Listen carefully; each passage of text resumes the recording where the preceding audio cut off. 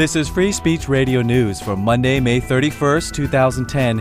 In New York, I'm Dorian Marina. Coming up on today's newscast, we bring you a special documentary, Fighting Obama's War, Recruiting Youth in Brooklyn. Stay with us.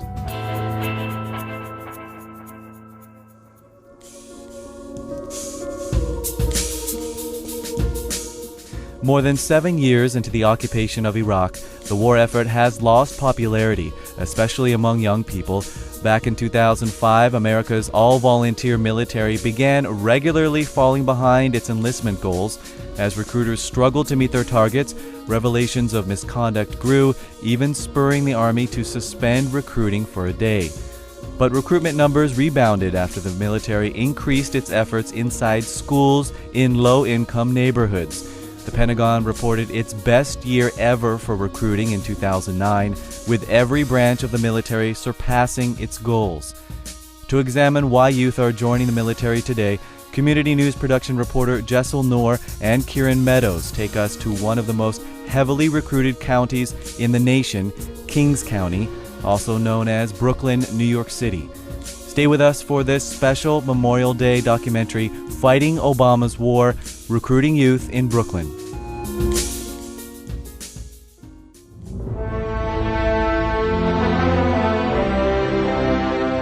After months of making up his mind, the U.S. president has revealed his plan for Afghanistan, escalating the war at the fastest possible pace. It is in our vital national interest to send an additional 30,000 U.S. troops to Afghanistan. We have Obama now, so why not? Why not take a chance? You know, all the parties won't stop, so I'm ready and I'm 19. You know, I wasn't born with no silver spoon in my mouth. Like, it's been me, my mom, my sister. I'm sure, like, most of the stuff I did could have been avoided if I got a job, which I was looking for since I was 14. My probation officer at the time said, you're looking at, possession charges, distribution charges, all of this is going to wind you up in jail for 10 years.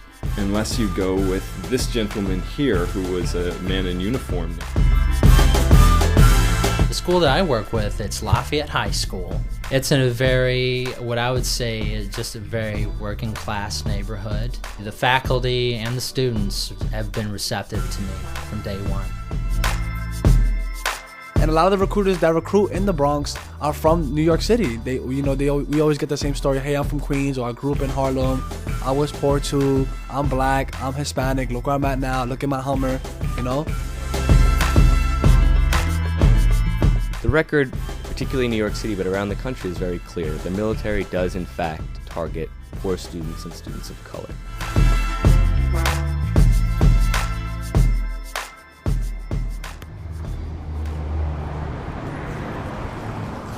I'm Bokor Starayev. I was born in Uzbekistan and moved to Brooklyn from Long Island. Bokor, or Bo for short, lives in the Bensonhurst neighborhood of Brooklyn and shares a one-bedroom apartment with his 15-year-old sister and mother, Svetlana. Bokor, he actually came here together with us when he was less than 2 years old.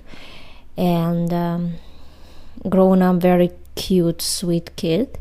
And he's still sweet, cute. He's very artistic. He's beautifully drawing. He loves tattoos. He's not a bad student, almost 18. And honestly, I think I did a good job raising him. He's a good kid. Bo's mother, Svetlana, grew up in a highly militarized city on the Soviet border with Afghanistan. We constantly lived in fear, you know. There was a big war going on in Afghanistan, between Afghanistan and former USSR, that began in 1979 to 1989. And this is the time when I was growing up there. And since I was 6 years old, I heard this bombing, I heard shootings, I heard explosions, I saw explosions. My house was less than 2 miles away from the fence. We grew up as soldiers, I would say. They've been giving us military education, They've been making us run with the machine guns, just in case if something would happen, the Afghanistan would break the border, we would know how to defend ourselves. My name is Imani Nunn. I'm 19 years old. I lived in New York all my life. I am born and raised on Howard between East New York and Eastern Parkway. That's Brownsville of Brooklyn, New York. Like Bo, Imani Nunn lives in an area of Brooklyn marked by poverty and an overall lack of opportunities. It's rough. People fight. Like the other day, there was a shooting right in the middle of the street, broad daylight. I have a 3-year-old sister. I'm walking the street. God help me, because I just walked inside of the building with my sister. And if I wouldn't have walked inside, if I were to let her sit down and play outside like she wanted to, God knows what would have happened. The recession has hit the country's poorest communities especially hard. In December, the think tank Fiscal Policy Institute found that in New York City, lower income and more diverse neighborhoods on average had unemployment rates more than double their affluent counterparts. The same report documented unemployment rates as high as 40% among economically active youth. But Imani and Bo don't need a think tank to tell them about their reality. I've been finished school for a whole year. I look every day since April 3rd, 2009 to now, and there's still no jobs. I still have yet to have a job.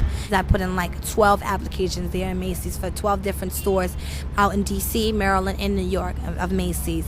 I did Radio Shack. I did Lucia Roberts, the gym that I do attend. I've done, I'm on my way to Applebee's. I've done a lot of restaurants. I'm sure most of the stuff I did could have been avoided if I got a job, which I was looking for since I was 14. I just filled out any application I could get my hands on, and I never got hired. And I do get discouraged even talking about it. Instead of me getting upset with every store that I walk into, I'll just travel the world and I'll help fix planes that go up and come down. I'll learn different languages and I'll see different people, and I'll run from different things I'll do whatever it is that I can do in the service that I'm getting ready to go into, and I can't wait. We met Imani as she was leaving a recruiting station in downtown Brooklyn. Like Bo, Imani comes from a military background. My uncle and my grandfather are retired. They're veterans, and they are the best, and they get the utmost respect because, they just from themselves, and I like that. I like the respect. I like the order that they have, the 1, 2, 3 hut, and yes sir, and yes ma'am. While Imani dreams of traveling the world, Bo aspires to an education in the arts. But he found those classes lacking at Lafayette, his local high school. I moved out here, and schools are too broke to afford any good electives. They had an art class, but it was art and writing, poetry and stuff, and what's that gonna do for me, Frustrated, Bo decided to drop out of school. He says he did not feel his school was preparing him for college. I always wanted to go to a School of Visual Arts in the city because that's where my friend is going right now. And it's a pretty expensive college. It's one of the reasons why I really want to join the Marines, because they pay 100% for college. After a meeting with a social worker, Bo decided to enroll in an alternative graduation program. He also discussed his future plans. Right before I left Lafayette, I was talking to my social worker about joining the Marines, and 3 days later on the weekend, I get a phone call from a recruiter, and he asked if I could meet up with him, and next week he drove by my house and picked me up, and we went to the recruiting station. My name is Sergeant Stephen Sandy. I'm a U.S. Army recruiter. My unit is the New York City Recruiting Battalion, and this is our Bay Ridge location. Summer school is coming near, so a lot of kids are going to be out there. So when I say kids, I mean seniors. We got to make sure we harp on that. The school that I work with, it's Lafayette High School. It's in a very, what I would say is just a very working class neighborhood, very diverse. I think I'm just a very lucky individual. The faculty and the students have been receptive to me from day one. The 2001 federal No Child Left Behind Act gave the military unprecedented access to students and school facilities. Recruiters aren't the only ones talking to New York students about joining the military. Meet the Youth Allies Youth Activists, or YAYA Network, a group of about a dozen activists that present alternatives to young people thinking about signing up for military service. YAYA member Jalissa Morban. YAYA is not anti-military. We just don't agree with the tactics that they're using to recruit Yaya member Sharman Hussein. One thing that Yaya provides is known as the Get a Life alternative sheet. It's like basically like a booklet of like different opportunities that are available from youth. They range from like traveling opportunities as well as work study programs and even like stuff like Job Corps. It's not only we're telling you, you know, the military does this and that. Like, we also want to show you that there are other alternatives. Again, Jalissa Morban. We all had an experience of going to the recruiter. If I wouldn't have known what I knew at Yaya in them 2 months, I probably would have joined. They were so persuasive. They even bought us candy. Me and Sierra went to a recruiter in 149th Street in the Bronx. He bought us candy. He was flirting with us, and he was just like flashing all his houses and saying he has like 3 cars with 3 wives and all this. U.S. Army recruiter Sergeant Stephen Sandy describes his work in the schools. We are not actually allowed to, shall we say, actively recruit in a school. Our stance is it's a very, well, we're very careful how we work within the schools. We are there more so to act as counselors, as mentors, as coaches, but we don't go in that sense of actively recruiting. Bo and Amani describe their experiences with recruiters. He was a cool guy. He was telling me, I brought up the subject about how you wear the uniform and people respect you, you know, and he was telling me how he got pulled over a bunch of times by cops and never got a ticket. People paying for his meals and buying him drinks and stuff like that. Just pretty cool. It's another reason why I want to join the Marines. I'm a very spontaneous person, so they took over me. They really did. They won me over. I'm going to say that. When I left, I was real jittery, but as soon as I left, I felt like a different person. I felt like, oh my gosh, I'm getting ready to go into the Air Force. Whoa. I told my mom. As soon as I told her, an hour later, she called me and said, I told 6 people. I said, 6 people? My mom was so ecstatic. She was getting ready to come out of her skin because she was so excited. New York University professor Gary Anderson has studied how the military recruits students. The plan is to basically own the school, because from classroom to classroom, you have access to 30 kids a shot.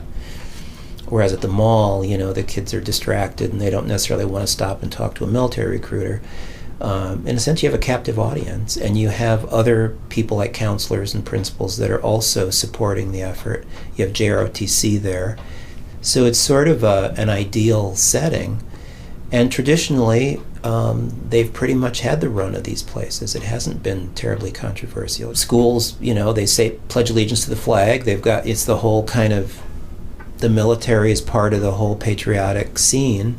You know, it was one thing with World War II or, you know, World War I or these popular wars, but we haven't had a popular war for a while. So I think the fact that they're even having to justify themselves is important. Alarmed by reports of recruiter misconduct, the Students or Soldiers Coalition and the New York Civil Liberties Union conducted a non-scientific survey of over 1,000 New York students on their experiences with military recruiters.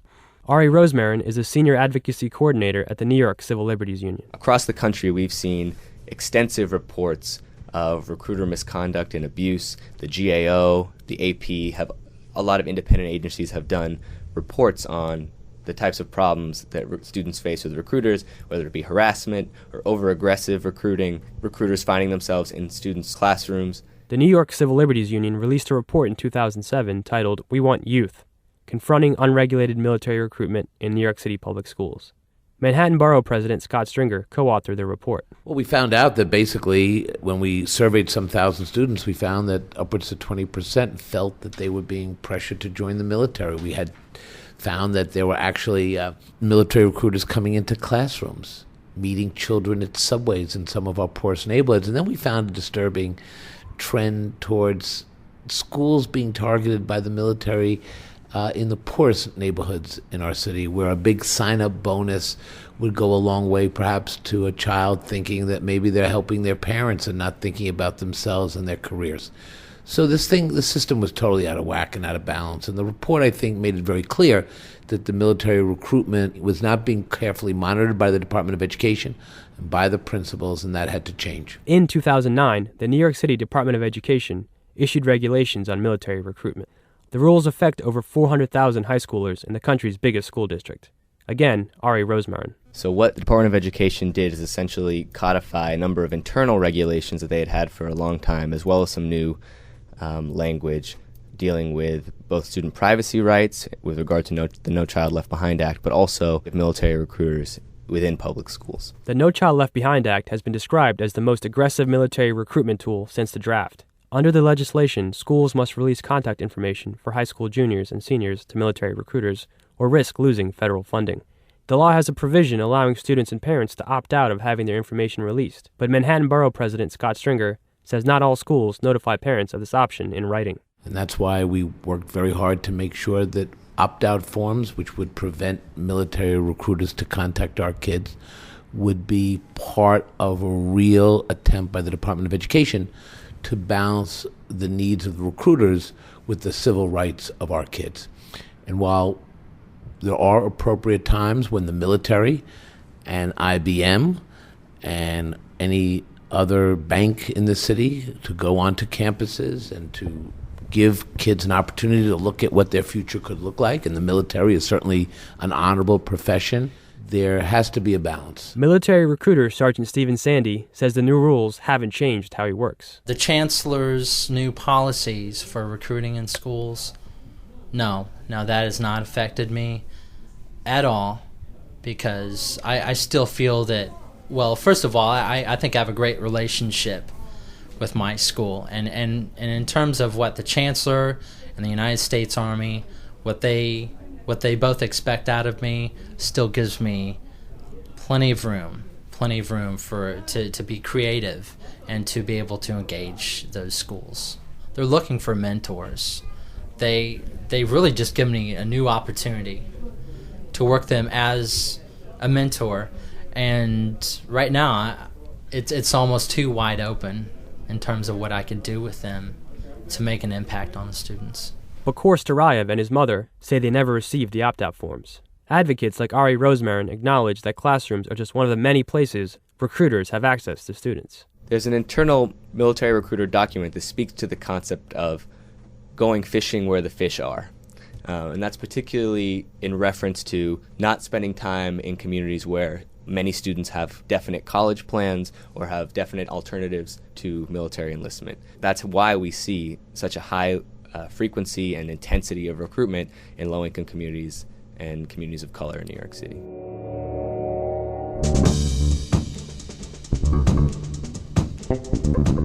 You are listening to Fighting Obama's War, Recruiting Youth in Brooklyn, a special FSRN Memorial Day documentary on military recruitment in low-income neighborhoods in Brooklyn, produced by Jaisal Noor and Kieran Meadows. Please stay with us. Yaya member Tracy Hobbs sees recruiters engaging neighborhood youth in a number of places. Where I live, it's not one of the high upper class neighborhoods, and their recruiters in the train stations, they'll wait there 2 o'clock, 3 o'clock. They know that's when we're getting off of school. I don't see that type of stuff going upper Manhattan and stuff like that, but I see it in Brooklyn. Basically, the school that I go to now, it's in a very, very poor neighborhood. Even though there's not recruiters in that school, a few blocks away, there's actually like Army posters and stuff like that. It's like a big empty field across the street from the projects, and it says like, "Are you Army strong?" and stuff like that. There is nothing on this green earth stronger than the U.S. Army, because there is nothing on this green earth stronger than a U.S. Army soldier. There's strong, and then there's Army strong. That slogan was developed as part of a multi-year, $1.35 billion campaign the Army launched in 2006. The campaign came on the heels of a prolonged slump in recruiting numbers. The military also uses other methods for obtaining student information. During the 2008-2009 school year, about 650,000 students took the military's Armed Services Vocation Aptitude Battery Test, or ASVAB, which seeks to identify potential recruits. After a multi-year campaign by activists, Maryland recently became the first state to block the automatic release of these test scores. Sergeant Sandy says the Pentagon's Joint Advertising Market Research and Studies Database, or JAMRS, which stores data on over 34 million young people, is the most valuable tool for military recruiters. The data from that research reflects on what's represented in every different zip code. Parents must write a letter to the Pentagon to block information held in the JAMRS database from reaching recruiters. Investigative journalist David Goodman found that in 2008, the Army spent over $24,000 per recruit. Yaya member Jennifer Lee. We're so ridiculously outmatched. They contribute money towards movies and video games that portray the military positively. All we have on our side is facts and the truth. Since the start of the Iraq War, the Army has also spent millions developing and promoting video games. NYU professor Gary Anderson. I think the Army, like everyone else, is realizing the importance of technology and the addictive quality of video games, and they're figuring out ways to draw them into the relationship between video games and the drones is a sort of scary connection. So I think they're going to continue to recruit, kids who are adept gamers. Yaya member Sharmin Hossein describes the Army Experience Truck, a mobile gaming studio. The Army truck is basically a military camo color. It's like an RV, it's like a moving house. And it has, a huge TV in it, a lot of electronics. They have play guns sometimes. And they have a lot of video games in there, which attracts obviously youth people. We love video games, Call of Duty, Modern Warfare, all that stuff. See, these games make you think you're fighting armies. Nah. Who are you shooting in this game? Just another team, but it's not like Army. Well, that guy's definitely in the Army. Yeah. He's got his uniform is sort of like a Marine Corps uniform, but he's got Army patches on. He is capping some enemies, and he sucks at it. Oh, there you go. Yeah. You got capped. Shotguns take you out with just one shot. Yeah. The real war is you don't respawn in Afghanistan after you die, Just gives me a sense of reality, I honestly don't even think about it. I just shoot people. On commercials, they show you how, it's cool, but in reality, that's not how it's like, People just, frontline just charge at people or shoot people from helicopters or whatever. Light them all up. 202 traffic, 260s. Come on, fire. Damage, Kyle. All right. I hit him by head. Roger, currently engaging approximately 8 individuals, KIA, RPGs, and AK-47s. Oh yeah, look at those dead bastards. In April, the website WikiLeaks released a classified military video showing U.S. troops killing unarmed civilians and journalists. The Pentagon says the soldiers' actions were in accordance with the law of armed conflict and rules of engagement. After watching the video, Bakur describes what he sees. There's a video camera on a helicopter. People are talking, and they see civilians, and they think they have guns. The guy who's on the gun, he asked permission to fire, and permission granted, and he starts firing at these civilians. 2 of them were journalists, 2 of them were children, and they were firing at them, and they had a blast doing it. They were laughing about it, yeah, pick up the gun, I want to shoot you. The children got injured, and I think the other adults are dead, right? I think most of the adults died. It's a classic situation in the military. This one is among thousands of other very similar situations. I'm Mathis Shiro. I work here at Nikki B Studio as well. I'm a member and a director in Iraq Veterans Against the War and active member of the peace movement. Mathis Shiro served 4 years in the Army. Today, Mathis is one of the most outspoken veterans against the wars in Iraq and Afghanistan. Bakur received an internship at Nikki B's photography studio, located in Park Slope, Brooklyn. Mathis describes meeting Bakur. I was asking them about themselves, and Bo said, "Yeah, I'm thinking about joining the Marine Corps." And I said, "All right, I just, you should know what I do." And I said, I'm not going to tell you what to do, but I'm going to be sharing my experiences with you, and certainly my work. In their downtime at Nikki B's photography studio, Mathis and Bove discuss politics and exchange stories. So if you're not really good with other people regimenting your time for you, why do you think the Marine Corps is a good idea? They don't treat you like kids. It would be best for me, like training wise and college and stuff like that. It's training, sure, you're learning to kill people, but like, what are you gonna do with that when you get out? There's not many jobs in the community for killers. I can promise you, Bo, the Marine Corps is not greater than you. You're pretty great on your own, and there's a lot of great things to be involved in. The Marine Corps is not one of them. But like his job is to get you in the military. Like they will do whatever and say whatever they have to make that happen. All they care about is getting you in, and they'll tell you whatever. They'll sign whatever waivers that they have to, man. But like, we had this saying in the military, and it was repeated from the day I got in to the day I got out. Whenever things started sucking real bad, whoever was in charge would just look at us and say, "Don't thank me, thank your recruiter." Unlike Bo, Amani doesn't need a recruiter to convince her to enlist. Instead, she feels strongly about serving her country now that Obama is president. They say that Bush kind of just recruited anybody and he was forcing everyone to go because he just wanted others to just fight for him. But yes, I would serve for Obama. I know he cares. NYU professor Gary Anderson. If I were an 18-year-old kid in East New York with a bleak future, I might be enticed as well. We've created a society with so few options for kids, so few career options and job options. Areas of concentrated poverty where real jobs have left. The default option is the military. Imani finally got a temporary job at Applebee's restaurant and plans on enlisting this summer. Meanwhile, Bo's strongest influence, his mother, Svetlana, says she remains conflicted. Do you realize that, I'm the one who brought him into this world, and possibly if something happens to him, I'm not even talking about death. I'm talking about him being disabled. I'm gonna be the one who's gonna take care of him for the rest of his life, of him being a vegetable, sitting there in a wheelchair and not be able to communicate, not be able to move at all.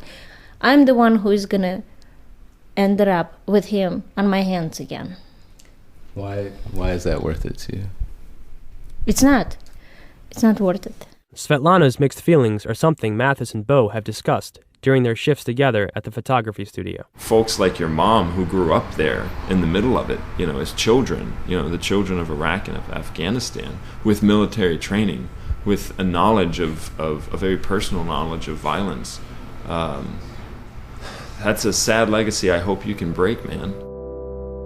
For now, Bo remains undecided about joining the Marines. Since meeting Mathis, he has not been in touch with his recruiter. He is expecting a call on June 24th, his 18th birthday. Stories like Bo's and Amani's are played out across the country every day. By year's end, hundreds of thousands of recruits will have signed up. Many will be deployed to war.